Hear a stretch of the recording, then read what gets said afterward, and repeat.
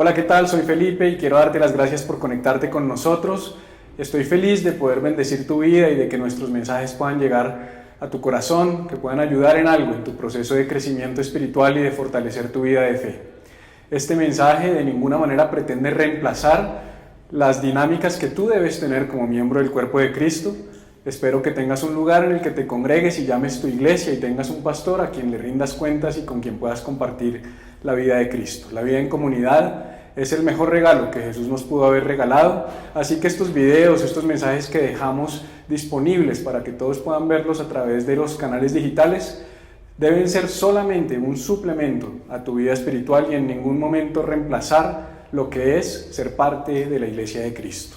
Dios te bendiga, gracias por sintonizar durante los próximos 40 a 50 minutos y si este mensaje bendice tu vida, por favor compártelo con otras personas y ayúdanos a extender el mensaje de Jesús. Te quiero mucho, gracias. Estamos desarrollando una serie que se titula Soy Parte.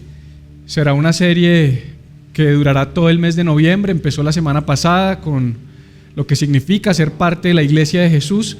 Y hoy yo vengo a hacer un mensaje o a traer un mensaje bien especial que se titula Soy parte de la historia. Quiero decirte que tú y yo somos parte de la historia de esta iglesia, pero somos parte también de algo mucho más grande. Dile a quien tienes al lado, eres parte de algo mucho más grande.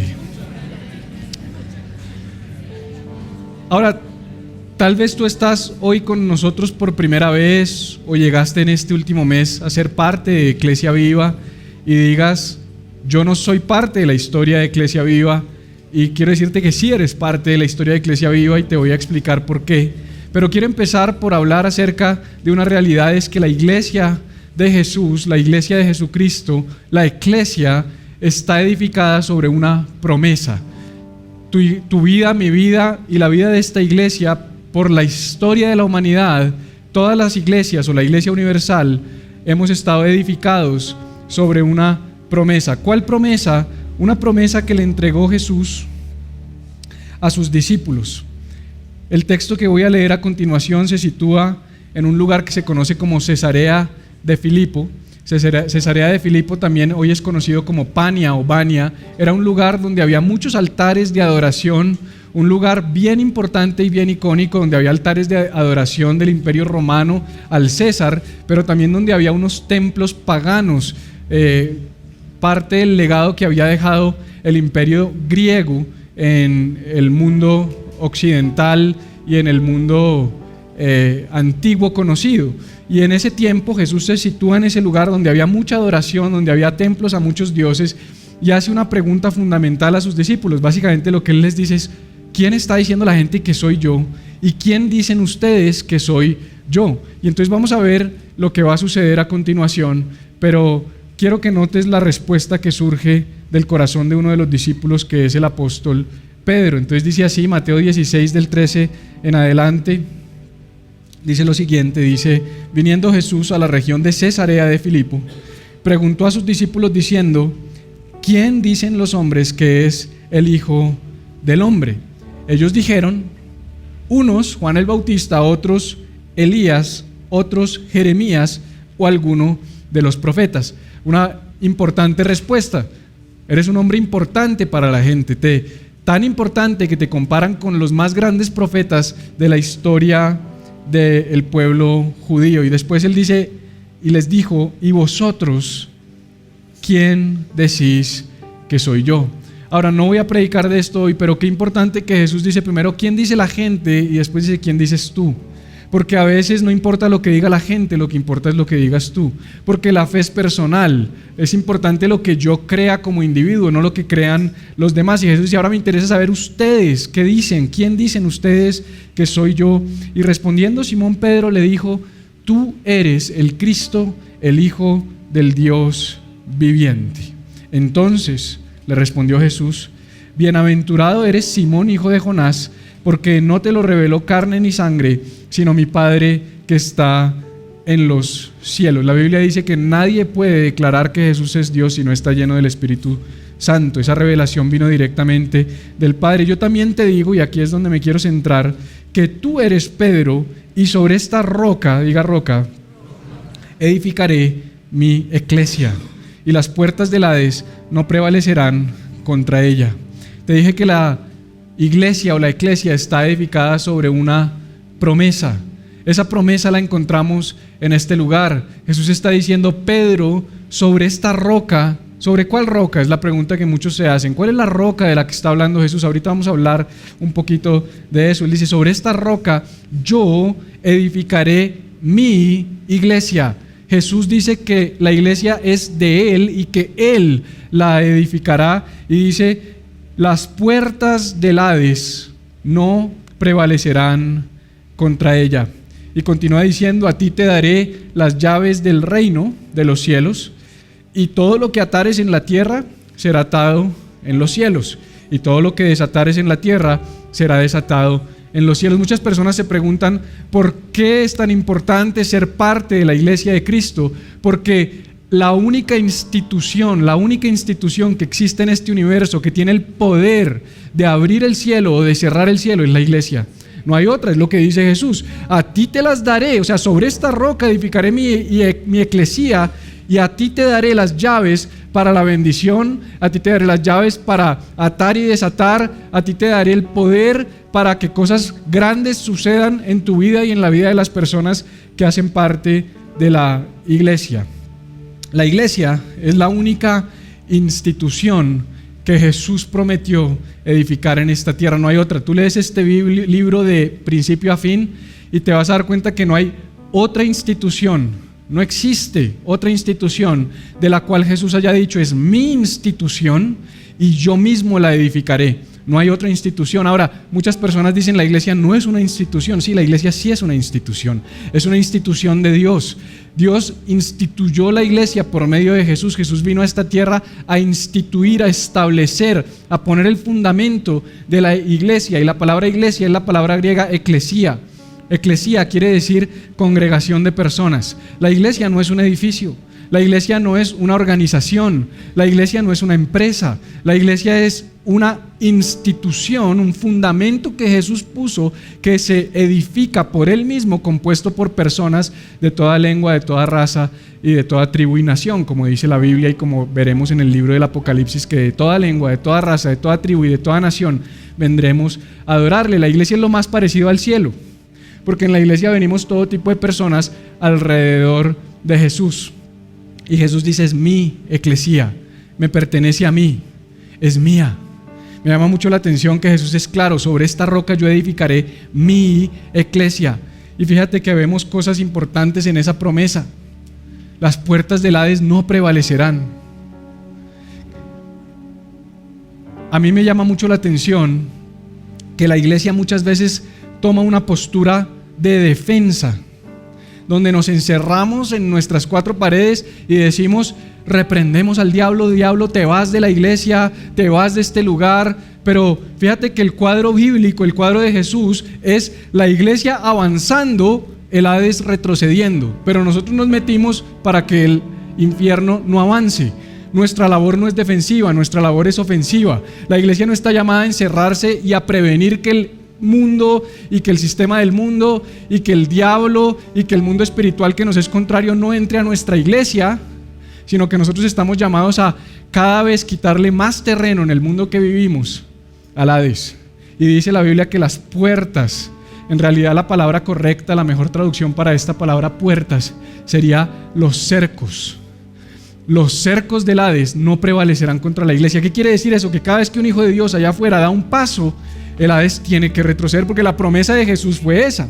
Pero nosotros hemos hecho lo contrario. Nos sentamos acá, nos reunimos y empezamos a declarar: diablo, te vas fuera. Estamos mandando al diablo a donde Jesús nos mandó a sacar el diablo del mundo. Esa es la labor de la iglesia. Entonces Jesús está diciendo: mi eclesía, mi comunidad de personas, mi congregación de personas va a avanzar y seré yo quien la edifique. Es Jesús el que está edificando la iglesia. Jesús se comprometió con nosotros con edificar su iglesia, pero Él dice algo importante. Él dice: yo voy a edificar esa iglesia sobre una roca. Erróneamente y equivocadamente muchos han pensado que la roca es Pedro, porque Pedro era Petro, era roca. Entonces han creído que Jesús dijo: es sobre ti, Pedro, que voy a edificar la iglesia. Pero la iglesia no está edificada sobre Pedro, la iglesia no está edificada sobre Pablo, que tiene aún mucho más mérito que Pedro para lo que es el cristianismo hoy en día. La iglesia no está edificada sobre Juan, no está edificada sobre María, no está edificada sobre Felipe, no está edificada sobre nadie en este planeta. La iglesia está... Yo no soy el fundamento de esta iglesia. O sea, ¿tú te imaginas el peligro donde nosotros aceptáramos esa doctrina? Por eso es que hay iglesias que parecieran estar edificadas sobre su apóstol. ¿Tú eres la iglesia de cuál apóstol? Jesucristo, el primer apóstol. Apóstol es enviado, el primer enviado del cielo a la tierra fue Jesús. Él fue el primer misionero, sobre él se edificó la iglesia. Entonces Jesús está diciendo: ¿sobre cuál roca? Sobre la roca absoluta de que yo soy el Cristo, el Hijo del Dios viviente, porque eso fue lo que dijo Pedro. Dijo: tú eres el Cristo, el Hijo del Dios. Bienaventurado eres, Simón, hijo de Jonás, porque no te lo reveló ni carne ni sangre, sino mi Padre que está en los cielos. Y ahora yo te digo que tú eres Pedro, y que sobre esa roca, sobre lo que acabas de decir, yo edificaré mi eclesía. La iglesia está edificada sobre una sola verdad, y es que Jesús es el Hijo de Dios y que Él vino a este mundo a traer bendición, a traer restauración y a traer paz al corazón del ser humano. Ahora, hay dos cosas principales que representan a Jesús y que representan a la iglesia de Jesús, sobre las cuales está edificada la iglesia de Jesús. Di los dos gran, dilo así, los dos gran. Hay dos gran en la Biblia: el gran mandamiento y la gran comisión. Y sobre esos dos grandes, sobre esas dos verdades, sobre esas dos rocas está edificada la iglesia. La roca a la que se refiere Jesús tiene que ver con un fundamento y con una misión. Tiene que ver con un fundamento y una misión. Cuando Él está diciendo: sobre esta roca edificaré mi iglesia, es porque la iglesia tiene que tener un fundamento y tiene que tener una misión. Una iglesia sin el fundamento correcto y sin la misión correcta está desenfocada. Nosotros somos parte de esta historia. Te voy a decir cuál es el gran mandamiento sobre el cual está edificada la iglesia de Jesús. Lo encontramos en Mateo capítulo 22, del versículo 34 en adelante. Cuenta la Biblia que le estaban haciendo varias preguntas a Jesús para tentarlo. A Él permanentemente le estaban viniendo con preguntas cascarita, con preguntas que lo hicieran resbalar, con preguntas que lo dejaran mal parado y que de pronto abrieran la puerta para que el imperio romano lo pudiera matar, o para que el imperio romano le diera permiso a los fariseos de matarlo. Y constantemente le estaban haciendo preguntas para dejarlo mal situado, y vienen y le hacen varias preguntas, y cada una de ellas Él las responde con una sabiduría infinita. De repente, dice la Biblia, que se juntan escribas, se juntan intérpretes de la ley, se juntan fariseos y dicen: con esta pregunta lo vamos a corchar. Y le hacen una pregunta tremenda que sin saberlo se iba a constituir en una de esas rocas, en el fundamento de la iglesia. La iglesia, toda iglesia cristiana, tiene que estar fundamentada sobre esta roca. Dice que salieron fariseos y, oyendo que había hecho callar a los saduceos, porque antes ya habían tenido algunas conversaciones importantes, se juntaron a una, y uno de ellos, intérprete de la ley. Ahora, los fariseos y los saduceos no se querían. Esto es lo que yo digo: es increíble cómo uno a veces tiene el poder de hacer unir gente que no se quiere. O sea, yo a veces veo gente que antes ni se hablaba, pero como no me quieren a mí, son los mejores amigos. Es una cosa tremenda. Y esto mismo pasaba en ese tiempo. No querían a Jesús, dijeron: si nos unimos lo podemos hacer caer. Tú y yo no nos queremos, pero Él nos cae peor, unámonos. Y se unen los fariseos y los saduceos, y dice que se juntaron a una, y uno de ellos, intérprete de la ley, o sea, escogieron al mejor de todos, al más crack de todos, y le preguntó por tentarle, diciendo: Maestro, ¿cuál es el gran mandamiento en la ley? En otras palabras, ¿cuál es el mandamiento más importante? ¿Qué es lo más importante que nos manda la ley de Dios? Y Jesús responde: amarás al Señor tu Dios con todo tu corazón, con toda tu alma y con toda tu mente. Nota la palabra toda, es un absoluto. Parte del gran mandamiento es amar a Dios con todo nuestro ser, con todo lo que somos, con todo nuestro ser, completamente, con nuestro corazón, nuestra alma y nuestra mente. Y dice Jesús Este es el primero y grande mandamiento. Y el segundo es semejante. Otras versiones dice igualmente importante. En otras palabras, lo que está diciendo Jesús es: ese es el primero, ese es el que ustedes conocen. Y hasta ahí Jesús pudo haber dejado la respuesta. Hasta ahí Jesús pudo haber dicho: ya está, ya les respondí, ¿qué más quieren que diga? Pero Jesús no le añade, sino que Jesús hace algo que él siempre hacía, porque el ministerio de Jesús, ¿qué es? Dios se hizo hombre, el verbo se hizo carne. Por eso es que Jesús era tan práctico y tan fácil de entender, porque Jesús cogió lo abstracto y lo hizo material. Jesús cogió el verbo y se hizo carne, se encarnó. Entonces Jesús cogía la verdad de Dios y la volvía tangible para nosotros. Entonces Jesús lo que está diciendo es: claro, el mandamiento más grande es amar a Dios, pero seamos honestos, iglesia. Amar a Dios, si yo les dijera el mandamiento es amar a Dios, punto. ¿Qué es amar a Dios? No, yo amo a Dios a mi manera. No, yo amo a Dios en mi carro. No, yo amo a Dios en mi casa. No, yo adoro 5 horas al día. No, y entonces se vuelve tan subjetivo y tan abstracto amar a Dios, que tiene que haber una manera tangible de demostrar mi amor a Dios. Entonces lo que Jesús está diciendo es: se les ha dicho que es amar a Dios. Y ellos quedaron como: no, pues no lo pudimos corchar. Pero Jesús dice: espera. Hay uno segundo y es semejante, es igualmente importante. En otras palabras, lo que está diciendo Jesús es: el primero lo cumples con el segundo. Por eso también en otra parte la Escritura dice: ¿cómo puedes decir que amas a Dios a quien no ves y no amas a tu hermano a quien ves? O sea, si yo no puedo amar a este hombre que lo veo, ¿cómo puedo decir que amo a un Dios que no veo? En otras palabras, lo que Jesús está diciendo es: la forma de amar a Dios con toda tu alma, con toda tu mente y con todo tu corazón es amando a tu prójimo como a ti mismo. La forma como se materializa el amor a Dios es amando a los demás. No puedes decir que amas a Dios si no amas a los demás. No le puedes dar gloria a Dios si no dignificas a los demás. Entonces nosotros estamos llamados a amar a la gente para así demostrar que amamos a Dios. Porque Dios de tal manera amó al mundo que dio a su único Hijo para que todo aquel que en él crea no se pierda sino tenga vida eterna. Si Dios amó tanto al mundo, a las personas, y nosotros pisoteamos a las personas, nosotros estamos yendo en contra del propósito de Dios. Lo que está diciendo Jesús es el fundamento, la roca, el gran mandamiento, el más importante de todos los mandamientos, es amar a Dios amando a los demás. Si nosotros como iglesia no amamos a los demás, no sirve de nada que nos reunamos, alcemos nuestros brazos y adoremos. La única forma real de amar a Dios es amando a la gente,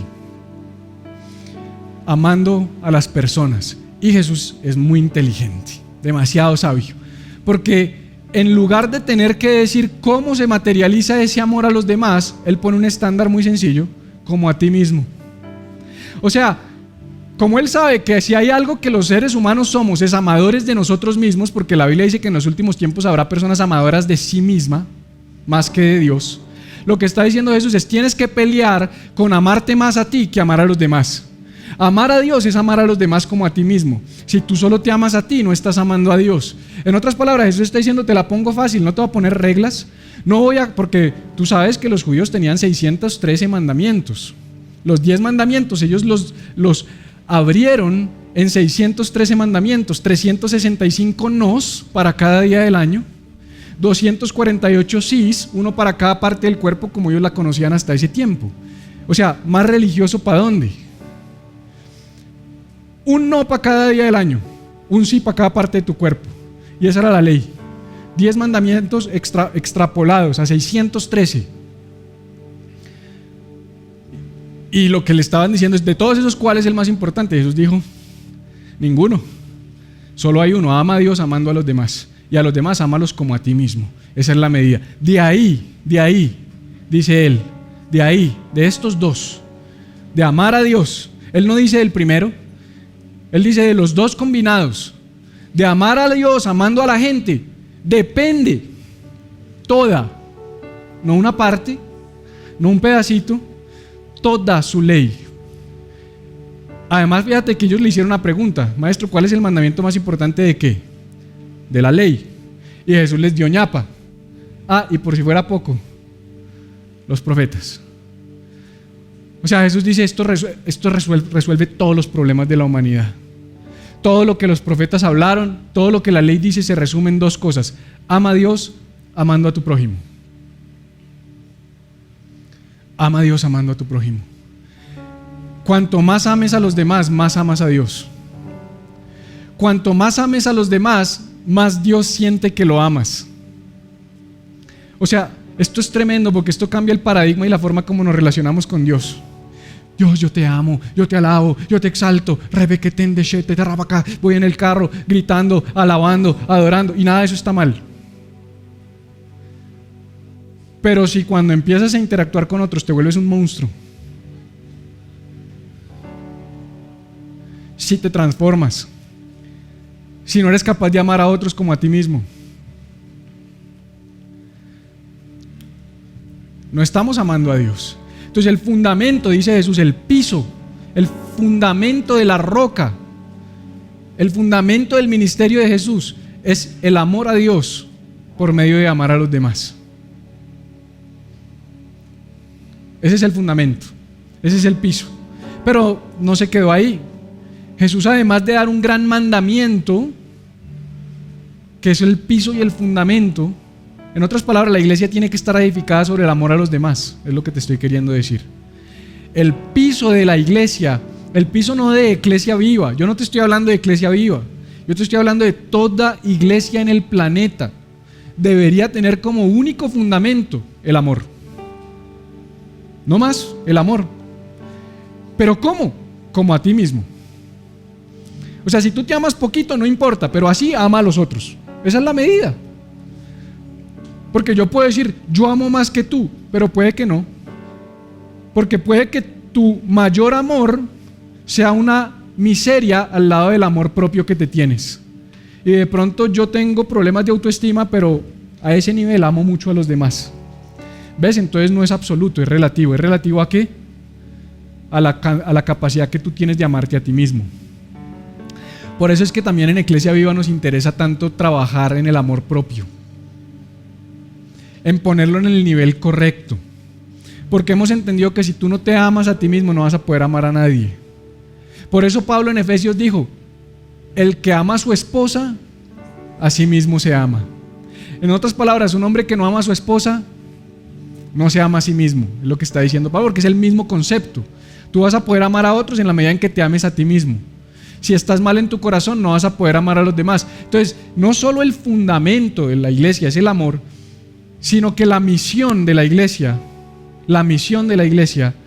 que opera sobre el amor, pero la misión es la extensión del amor.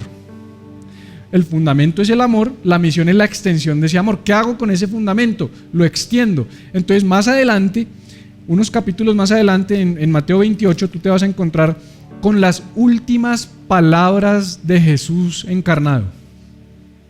No sé si sabes, pero Jesús aparece preencarnado en el Antiguo Testamento, encarnado en el Nuevo Testamento, en los Evangelios, resucitado en una parte de los Evangelios y en el libro de los Hechos, y hoy el Espíritu Santo con nosotros hasta que Jesús regrese. El Jesús encarnado, que fue el Jesús que nació en esta tierra, que nació de mujer, Emmanuel, Dios con nosotros, ese Jesús que vivió 33 años, ese Jesús dijo unas últimas palabras. Ahora yo te pregunto, ¿serán importantes las últimas palabras de Jesús? Yo pienso que son muy importantes. O sea, si yo estoy en mi lecho de muerte, yo siempre he dicho que si yo estoy en mi lecho de muerte, llamo a mis hijos, vengan que tengo mi último aliento, y llamo a Cata y digo, muchachos, les encargo, pero que me quedan poquitas palabras, les encargo, muchachos, que laven el carro todos los domingos. O sea, ¿qué clase de últimas palabras son esas? Con mi esposa ahí al lado. No, yo creo que mis últimas palabras es, muchachos, por favor, cuiden a su mamá. Yo he pensado mucho, ¿cuáles serían mis últimas palabras muriéndome a mí si cuiden a su mamá? Eso es lo que yo diría. Entonces, ¿por qué? Porque tus últimas palabras revelan lo más importante para ti en tu corazón. Es la última oportunidad que tienes de hablar y de dar una instrucción. Entonces aquí está Jesús resucitado, llega a esta tierra ya después de haber resucitado y dice, muchachos, ahora sí me voy, definitivamente voy a dejar esta tierra por completo. Ya el Jesús encarnado había muerto, resucitó y está aquí el Jesús resucitado. Y le dice a sus discípulos: señores, la última instrucción, porque me voy. Y entonces está en Mateo 28, del 18 al 20, donde dice que Jesús se acercó a sus discípulos y les dijo: toda potestad, toda autoridad me es dada en cielo y en tierra, por tanto, id. Id. ¿Sabes por qué te hago repetir id? Porque te acuerdas que te dije que el cuadro correcto de la iglesia no es protegernos del infierno, sino avanzar para que el infierno retroceda. Id. La iglesia siempre, la misión de la iglesia siempre implica una acción donde yo avanzo, siempre es hacia adelante, donde yo salgo, donde yo me movilizo. Entonces, id y haced discípulos a todas. Me gusta mucho los dos grandes, porque los dos grandes tienen absolutos.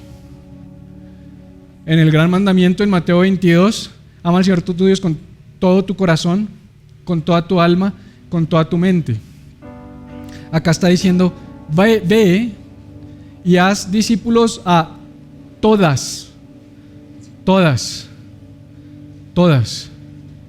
Pregunta: las prostitutas, los homosexuales, la gente LGTBI, los drogadictos, la gente en la cárcel, los asesinos. Yo te pregunto, tú respóndeme: ¿hacen parte de todas las naciones? ¿Y por qué la iglesia los ha dejado por fuera? ¿Por qué los señalamos en lugar de amarlos? Porque el fundamento es el amor, no el juicio. Si el fundamento de la iglesia fuera el juicio, yo acepto que la iglesia esté señalando y criticando a estas personas. Pero si el piso de la iglesia es el amor, ¿con qué derecho tú estás señalando y juzgando al que para ti no hace parte del grupo de todas las naciones de la tierra? Jesús fue claro: ve a todas las naciones de la tierra. Y Pablo dijo: yo a los judíos me he hecho judío, a los griegos me he hecho griego, a los gentiles me he hecho gentiles, a todos me he hecho de todo a fin de alcanzar a algunos. No, es que esto a mí sí me molesta y me incomoda. No es contigo, te lo aclaro, pero me incomoda. Me incomoda ver una iglesia que está parada sobre el juicio y que está haciendo discípulos solo de los que quiere hacer discípulos, de los que se parecen a mí, de los que hablan como yo, de los que tienen mis dogmas, mis doctrinas y piensan como yo. Pero lo que dijo Jesús es claro: a Dios lo amas con todo tu ser, amando a los demás como a ti mismo. Al homosexual lo amas como a ti mismo, porque él hace parte de los demás. A la prostituta la amas como a ti mismo, porque hace parte de los demás. ¿O no hace parte?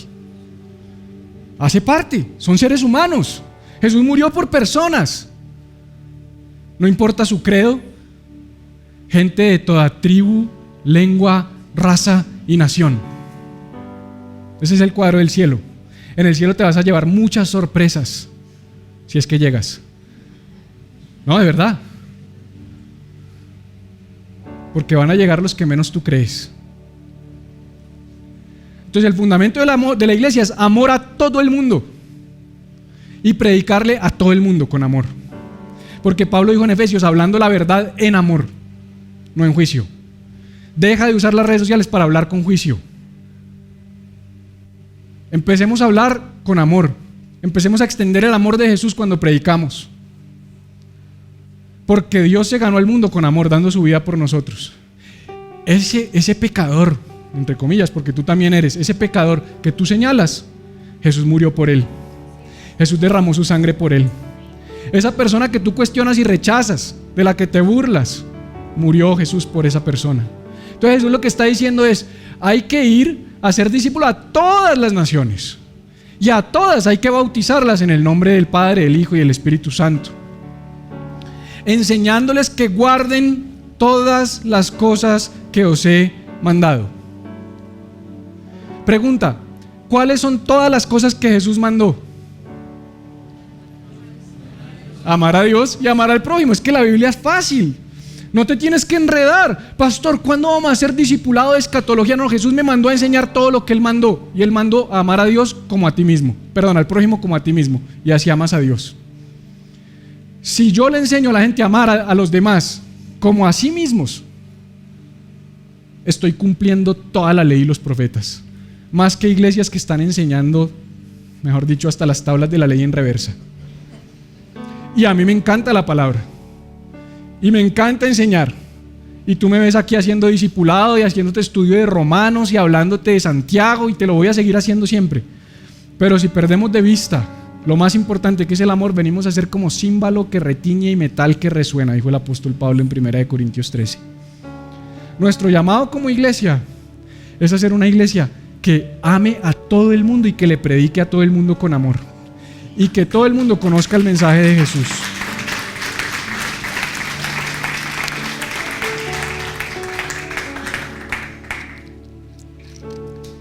Y entonces la promesa que Jesús hizo en Mateo 16, donde dijo: sobre esta roca yo edificaré mi eclesía y las puertas de la no prevalecerán contra ella, viene acompañada de otra promesa. Me gusta. La promesa sobre la promesa. La segunda promesa es que Él estaría con nosotros todos los días hasta el fin del mundo. Esto es tremendo. Porque lo que Jesús está diciendo, Esteban, es que si la iglesia está edificada sobre el amor y tiene la convicción de ir a alcanzar a todo el mundo, Él promete estar con nosotros. Pero que si la iglesia no está edificada sobre el amor, escucha, si la iglesia no está edificada sobre el amor y no está comprometida con alcanzar a todo el mundo, el Espíritu Santo no va a estar con nosotros. Pastor, demuéstremelo. Aquí está. Y he aquí. ¿Eso qué es? Un condicional. Y he aquí, como consecuencia de que tú hagas esto, yo haré esto. Lo que Jesús está diciendo es: esto tiene tu parte y mi parte. ¿Cuál es tu parte? Amar. ¿Cuál es su parte? Cambiar y transformar las vidas de las personas que tú amaste.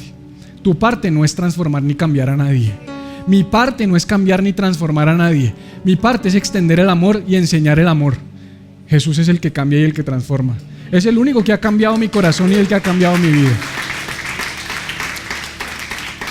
Lo bueno es que Jesús siempre cumple su promesa. Díselo a quien tienes al lado: Jesús siempre cumple su promesa.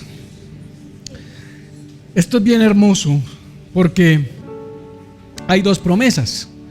Voy a edificar mi eclesía y he aquí yo estaré con ustedes todos los días hasta el fin del mundo. Las promesas de Jesús se cumplen siempre. Te voy a mostrar el cumplimiento de esas promesas. Vamos a ir rápido al libro de los Hechos y vamos a mirar cómo se fundó la iglesia de Jesús. Este es el fundamento de la iglesia de Cristo. Dice en el primer tratado, Teófilo, recuerda que Lucas, el médico, escribió el Evangelio de Lucas, y como continuación, él le llama el segundo tratado del Evangelio de Lucas, está el libro de los Hechos, y dice en el primer tratado, Teófilo, hablé acerca de todas las cosas que Jesús comenzó a hacer y a enseñar, hasta el día en que fue recibido arriba, después de haber dado, ¿qué? Esté conmigo. Después de haber dado ¿qué? Mandamientos. ¿Cuáles mandamientos? No tengo tiempo, pero ya te lo repetí una vez: amar a Dios y amar al prójimo. Y después una comisión de ir a ser discípulos. Entonces, después de que Él hizo todo lo que tenía que hacer, fue recibido en el cielo, porque en Mateo 28 sabemos que Él les dio y después fue llevado al cielo. Y dice así: por el Espíritu Santo, a los apóstoles que había escogido, a quienes también después de haber padecido se presentó vivo con muchas pruebas indubitables. ¿Dónde estoy?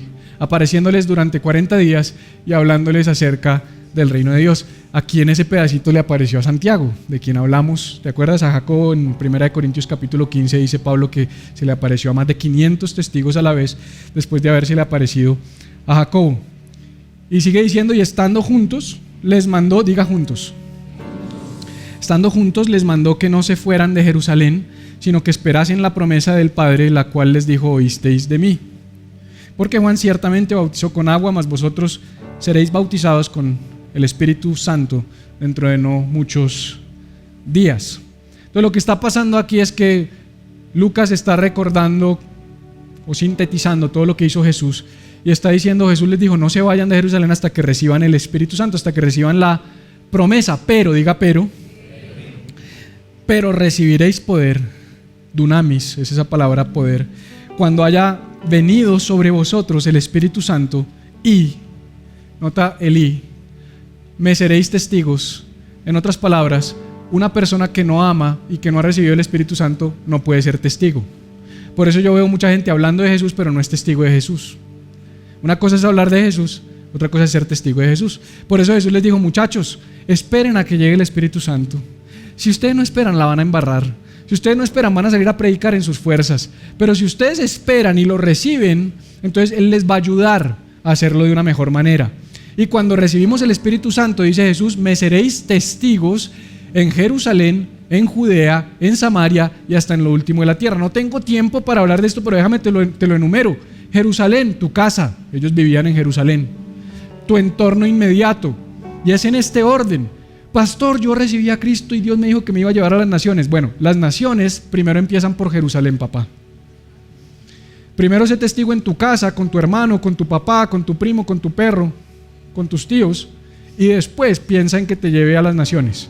Pero si no puedes ser testigo ahí, no esperes ser testigo en ningún otro lugar. Entonces me seréis testigos en Jerusalén, en tu casa, en toda Judea, en tu entorno extendido, en tu trabajo, en tu escuela, en tu universidad. Ya, este no es Jerusalén, sino este es un espacio un poquito más alejado, porque era Jerusalén, la provincia de Judea. Esto es geográficamente, así hay que entenderlo. Después dice en Samaria, diga Samaria. Ay, déjeme, me demoro un poquito acá, perdóneme. Los samaritanos y los judíos no se querían. Los samaritanos y los judíos tenían roces. Para los judíos, los samaritanos eran basura. Ni siquiera estimaban pasar por su tierra. Cuando ellos iban desde Galilea hasta Jerusalén, ellos, para no pasar por Samaria, hacían una ruta más larga que podía demorarse hasta un día más de recorrido. Y lo hacían, el camino largo, con tal de no encontrarse con la escoria, con las personas que ellos creían eran marginados, que eran despreciados. O sea, ese grupo de personas de las que tantos cristianos están criticando y están señalando, esos son los samaritanos. En otras palabras, lo que Jesús está diciendo es: tú tienes que ser testigo de Jesús. ¿Y qué es ser testigo de Jesús? Amar, porque el mandamiento de Jesús es el amor, en tu casa, en tu entorno extendido. Y antes de ir a las naciones, te tengo una noticia: te va a tocar ir por el barriecito que no te gusta, te va a tocar ir a visitar a los que no te gustan, te va a tocar ir a visitar a los que no piensan como tú, a esos samaritanos. Yo no sé quién es el samaritano para ti, pero todos tenemos un samaritano, todos tenemos un grupo de personas que no gustamos de ellos. Entonces el evangelio es perfecto. Entonces está diciendo: primero recibes el Espíritu Santo, Jerusalén, Judea, ahora pruebita dura, Samaria, y ahí sí estás listo para ir hasta lo último de la tierra. Iglesia Viva es una iglesia que va a ir por Samaria. Vamos a pasar por Samaria siempre que sea necesario pasar por Samaria. Y después sigue diciendo: todos estos perseveraban unánimes en oración y ruego con las mujeres y con María, la madre de Jesús, y con sus hermanos. Ahí estaba Santiago. En aquellos días Pedro se levantó en medio de los hermanos, y los reunidos eran como 120 en número. La primera iglesia eran 120 en número, sin contar mujeres y niños posiblemente. Y dice: cuando llegó el día de Pentecostés, estaban todos unánimes juntos. Estaban todos unánimes juntos. Fíjate que acá dice que todos perseveraban unánimes, y acá dice que estaban todos unánimes y juntos. ¿Cuál es el tema? Que sin el Espíritu Santo nosotros no podemos hacer nada. Escucha, sin el Espíritu Santo no podemos hacer nada. Pero sin unidad, el Espíritu Santo no puede venir. Esto me voló la cabeza, porque dentro de esa ecuación donde Jesús dice: vayan, hagan discípulos y yo estaré con ustedes hasta el fin del mundo, esa ecuación de nosotros más el Espíritu Santo, o el Espíritu Santo apoyando lo que hacemos, no puede suceder si nosotros no hacemos nuestra parte. Nuestra parte es estar unánime juntos. Ellos no habían recibido el Espíritu Santo y ya estaban unánimes juntos. Esto me voló la cabeza, porque a veces nosotros le decimos: Espíritu Santo, danos unidad. Y Él está diciendo: únanse para ver si voy. Es la Biblia. Yo no, o sea, Señor, danos unidad porque la iglesia no está unida. Únanse a ver si voy. Y hay iglesias donde no está el poder del Espíritu Santo porque no hay unidad. Entonces, qué tremendo que en nuestro tercer aniversario podamos hablar de esto y entender la importancia de estar unánime juntos. Entonces, quiero mostrarte un cuadro profético, el Salmo 133, el salmista, 1000 años antes de Cristo, el salmista declaró proféticamente el día de Pentecostés. O sea, te estoy mostrando la profecía de Pentecostés. ¿Qué es Pentecostés? El día que cayó el Espíritu Santo. 1000 años antes de que el Espíritu Santo viniera, el salmista ya había profetizado que el Espíritu Santo iba a venir, y él puso la condición, y los apóstoles lo sabían. Los apóstoles entendían la Biblia, por eso los apóstoles dijeron: no importa, nos quedamos aquí juntos y unánimes, unidos, para que venga el Espíritu Santo. Entonces dice: mirad cuán bueno y cuán delicioso es habitar los hermanos juntos en armonía. 3 conceptos. Habitar. ¿Tú sabías que en este mundo hay 7.000 millones de personas? ¿Y todos los 7.000 habitamos este planeta? En otras palabras, habitar no es difícil. Primera condición: habitar. Habitar no es difícil. Hay en este momento más de 7.000 millones de personas en este planeta y todos habitamos el planeta Tierra. Hay más de 7 millones de bogotanos que habitamos Bogotá. Cumplido. O sea, tú y yo estamos habitando. Hasta ahí estamos bien. Pero es que ahí es donde nos la empieza a poner más difícil. Juntos. Entonces, una cosa es: yo habito Bogotá, pero no quiero verte. O sea, hay gente que se trastea para no volver a ver a alguien que le cae mal, o que evita ciertos lugares para no verlo. Entonces, juntos, venga negrito, juntos es juntos. O sea, juntos es juntos. Esto es juntos. Como Nusita, juntos. ¿Ya? O sea, una cosa es habitar, quieto ahí, habitar. Otra cosa es habitar. Entonces, la condición es habitar juntos. Ahora, yo puedo estar así, como muchas parejas. Están juntos, pero mira esto. Ay, ahí es donde se pone difícil esto en armonía. No, yo no puedo tener armonía con este man. Yo no pienso igual que este. Y ahí es donde empiezan nuestras diferencias. Déjeme ahí, ¿por qué Espíritu Santo? ¿Por qué no dijiste cuán bueno y delicioso es habitar los hermanos juntos? Pero es juntos y en armonía. Armonía, una perfecta armonía. Estamos en paz. Mira, yo puedo tener paz con este man, así no nos parezcamos. ¿Sabías que esto es unidad? ¿Sabías que unidad, por eso escogí el negrito, unidad no es uniformidad? No, es verdad. Es verdad. Unidad no es uniformidad. El cuadro de la iglesia es cuando yo puedo abrazar al que no se parece a mí. Y aquí estoy hablando de algo externo, pero en realidad me estoy refiriendo a las convicciones internas. Yo puedo tener armonía si no pensemos igual. Yo puedo tener armonía si no creamos lo mismo. Yo puedo tener armonía si no tengamos las mismas convicciones. Porque a mí la Biblia me dijo sencillamente: ama a los demás como a ti mismo. Entonces, como yo me miro al espejo y digo: uy, no, este man está muy lindo. Entonces, cuando yo lo miro a él, digo: este man está muy lindo. Porque así estoy yo llamado a amar a los demás, como a mí mismo. Como tú te amas, amas a los demás. Gracias, negrito. Entonces dice que eso es como el buen óleo sobre la cabeza, el cual desciende sobre la barba de Aarón, y baja hasta el borde de sus vestiduras como el rocío de Hermón que desciende sobre los montes de Sión, porque allí, escucha, ¿por qué? Allí, ¿dónde? Donde hay hermanos juntos y en armonía. Si no hay hermanos juntos y en armonía, Dios no envía nada.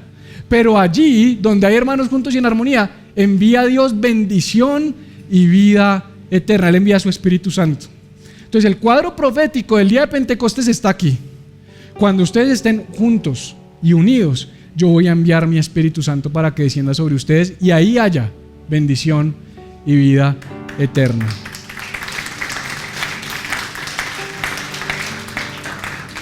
Y dice así, sigue diciendo.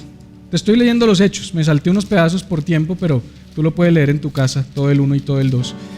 Y dice, y de repente, o sea, después de que ellos estaban ahí juntos, unánimes, y cayó el Espíritu Santo, de repente vino del cielo un estruendo, como de un viento recio que soplaba, el cual llenó toda la casa donde estaban sentados. Y se les aparecieron lenguas repartidas como de fuego, asentándose sobre cada uno de ellos. Y fueron todos, qué bonito, todos. La condición del Espíritu Santo para venir no es que creas de tal manera, que pienses de tal manera, que te vistas de tal manera, sino es que logres estar en armonía con el de al lado. Si tú puedes estar en armonía con el de al lado, dice que entonces todos fueron llenos del Espíritu Santo y comenzaron a hablar en otras lenguas, según el Espíritu les daba que hablasen. Moraban entonces en Jerusalén judíos, varones piadosos de todas las naciones bajo el cielo. Así comenzó la iglesia. La iglesia de Jesús comenzó con un grupo de hombres juntos, unánimes, en un mismo sentir, puestos de acuerdo, convencidos de lo que Dios les había llamado a hacer a través de la persona de Jesús, dispuestos a ir a Jerusalén, Judea, Samaria y hasta lo último de la tierra. Vino el Espíritu Santo y me impacta el cuadro de la iglesia, porque tú te vas un poquito más adelante. Te acabo de leer de Hechos 2, versículo 1, y cuando te vas al final de Hechos 2, el mismo capítulo, te vas a encontrar que ya esos varones que habían recibido el Espíritu Santo, que habían sido empoderados y llenos del Espíritu Santo y que estaban extendiéndose, entonces habían establecido las bases de la primera iglesia. Y quieres ver una fotografía de la primera iglesia, te la voy a mostrar. Esto es una foto de la primera iglesia. Así se veía la primera iglesia. Dice: y sobrevino temor a toda persona, y muchas maravillas y señales eran hechas por todos los apóstoles. Todos los que habían creído estaban juntos, diga juntos, y tenían en común todas las cosas. Y vendían sus propiedades y sus bienes y lo repartían a todos según la necesidad de cada uno. Y preservando unánimes cada día en el templo y partiendo el pan en las casas, comían juntos con alegría y sencillez de corazón, alabando a Dios y teniendo favor con todo el pueblo. Y el Señor añadía cada día a la iglesia los que habían de ser salvos. Ese es el cuadro de la primera iglesia. Una iglesia junta, unida, que se despoja de lo propio para dárselo a los demás, que está dispuesta a quitarse el pan de la boca para dárselo al hermano, que está dispuesto a vender sus pertenencias por el bien común, por el bien de otras personas. Ese es un cuadro de una iglesia que nosotros necesitamos recuperar. Una iglesia que ame, una iglesia que se entregue por los demás, una iglesia que esté dispuesta a despojarse individualmente de lo suyo para darlo a los demás. Este es el cuadro de la iglesia que yo veo, y me llama mucho la atención ver toda esta historia, porque así iniciamos nosotros como iglesia. Y de pronto tú dices: yo no soy parte de la historia. Bueno, yo no estaba allí hace 2000 años en Pentecostés, yo no estaba allí junto a Pedro y junto a los demás apóstoles, pero en la fe yo sí estaba allí. En la fe esos son mis orígenes, en la fe esos son mis inicios. Y sabes, cuando nosotros empezamos como iglesia, que nos empezamos a reunir en nuestro apartamento hace 3 años, en el año 2016, éramos un grupo de personas que lo único que hacíamos era amarnos a nosotros, amarnos realmente como éramos. Nos amábamos tanto.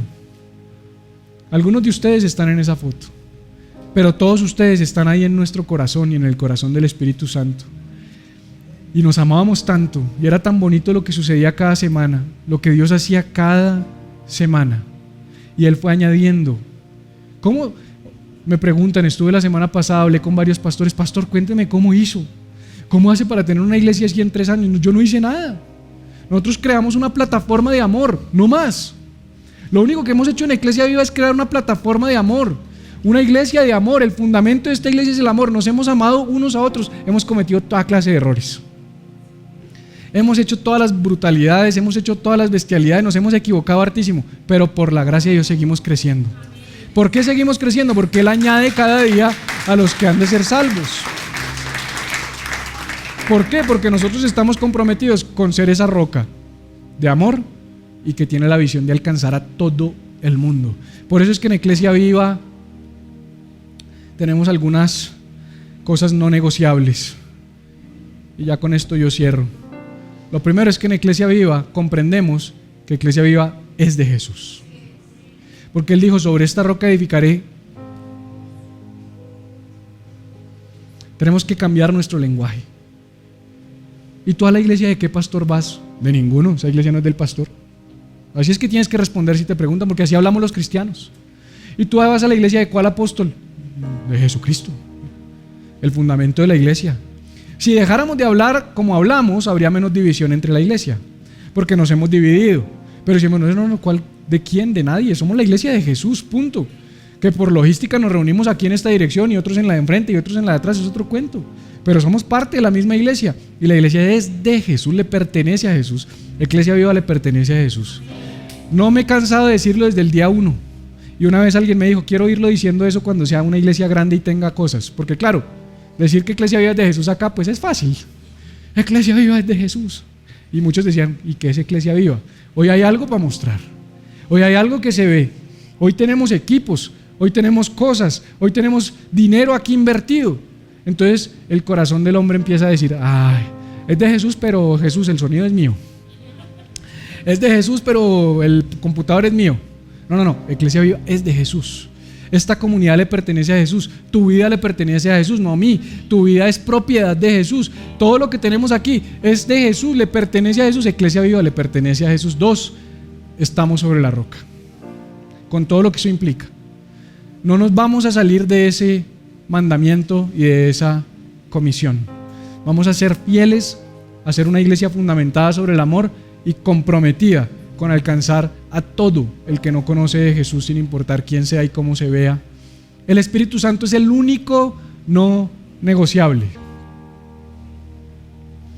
En otras palabras, esto es muy profundo, porque todo puede cambiar. En Iglesia Viva todo puede cambiar. Escúchame, en Iglesia Viva pueden cambiar los pastores. En Iglesia Viva pueden cambiar los coordinadores. En Iglesia Viva puede cambiar el equipo pastoral. En Iglesia Viva podemos cambiarnos de dirección. En Iglesia Viva podemos cambiar de look. ¿Qué tal que nos dé por pintarnos de blanco otra vez y poner vitrales? No sabemos.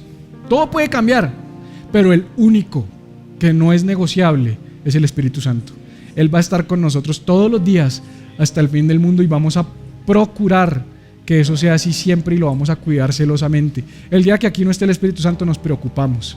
Ese día nos reunimos y decimos, ¿qué está pasando? Debe ser que no estamos unidos, debe ser que estamos murmurando, debe ser que estamos chismoseando, debe ser que nos desenfocamos, debe ser que no estamos amando, debe ser que estamos segregando, debe ser que estás juzgando a los demás. Entonces replanteamos, porque el único que no puede faltar en este lugar es el Espíritu Santo. Hablamos nuevas lenguas. Y tú dirás, ¿y este man por qué metió eso ahí? Es tremendo porque cuando tú lees el libro de los Hechos, yo creo en las lenguas del Espíritu Santo, en las lenguas que son indescifrables, pero no me refiero a esas. Es que las lenguas que hablaron los discípulos en Pentecostés fueron lenguas humanas de otras naciones. Entonces, judíos hablando en griego, judíos hablando en árabe, judíos hablando en un montón de idiomas. Que dice la Biblia en Hechos, tú lo puedes leer, que había personas de todas las naciones y entendían lo que ellos decían. Escúchame. Iglesia Viva es una iglesia que habla en lenguas porque estamos dispuestos a hablar el idioma de los que no conocen a Jesús. Entonces, tener al Espíritu Santo no es rabacatandasha. Tener al Espíritu Santo es cuando veas a alguien que no es como nosotros, puedas tomar su forma y hablar su lenguaje para que pueda conocer a Jesús. Eso es lo que hacemos en Iglesia Viva. Por penúltimo, unidad no es uniformidad. Aquí yo no pretendo que tú te veas igual a mí, que hables igual a mí, que pienses igual a mí, que cuando prediques te parezcas a mí. Yo lo único que pido es que todos los que somos parte de esta iglesia retengamos la esencia de esta iglesia, que es el fundamento del que te acabo de hablar. Y por último, somos una iglesia de fe. Y me quiero extender un minuto más en este tema, y es: esta iglesia nació con fe. Cuando nosotros estábamos acá, yo no tengo tiempo de contar la historia, pero lo que ha pasado para llegar aquí es solo fe. Es una locura. Es una locura. Hablábamos con Carlos en estos días que nos encontramos en Miami. Yo le dije, Carlos, yo vuelvo a Colombia y vuelvo con una fe irracional. Y quiero decirte algo, iglesia, voy a empezar a hacer cosas locas, porque así empezó esta iglesia, haciendo cosas que todos ustedes me decían. Yo me acuerdo de Edgar diciéndome, uy, no, pastor, no, piénselo bien, no, y otros diciéndome, no, pastor, ¿estás seguro? ¿Sabes qué te digo? Voy a hacer cosas locas, y si no me vas a acompañar en las cosas locas, no te me acerques, porque no quiero gente que me mengue la fe, quiero gente que me potencie la fe. Porque estamos aquí pensando, ¿será que sí? Mira, quiero decirte algo. Dios te quiere bendecir. Dios te quiere prosperar. Dios te quiere sanar. Dios quiere lo mejor para tu vida. Dios quiere que pases a nuevos niveles. Dios quiere que cumplas los sueños que hay en tu corazón. Él anhela eso. Pero si nosotros somos una iglesia, no, pues ahí, bien, no, sí. Sin fe es imposible agradar a Dios. Somos una iglesia de fe y parte del fundamento de esta iglesia es la fe, y vamos a ser una iglesia de fe, que nos reconozcan. Y esa gente está loca. Se metieron en eso, compraron lo de al lado. Yo no sé qué es lo que están haciendo. Vamos a hacer cosas locas. Porque en la medida en que nosotros demos pasos locos, Dios va a hacer cosas locas entre nosotros, porque Él respalda una fe loca. Gracias por haberte conectado con nosotros. Quiero invitarte a que compartas este mensaje con otras personas, y si no tienes una casa espiritual, si no tienes una iglesia a la que llames tu casa, quiero invitarte a que te unas a nosotros. Eclesia Viva en la ciudad de Bogotá. Puedes buscarnos en eclesiaviva.co. Dios te bendiga y nos vemos pronto. Chao, chao.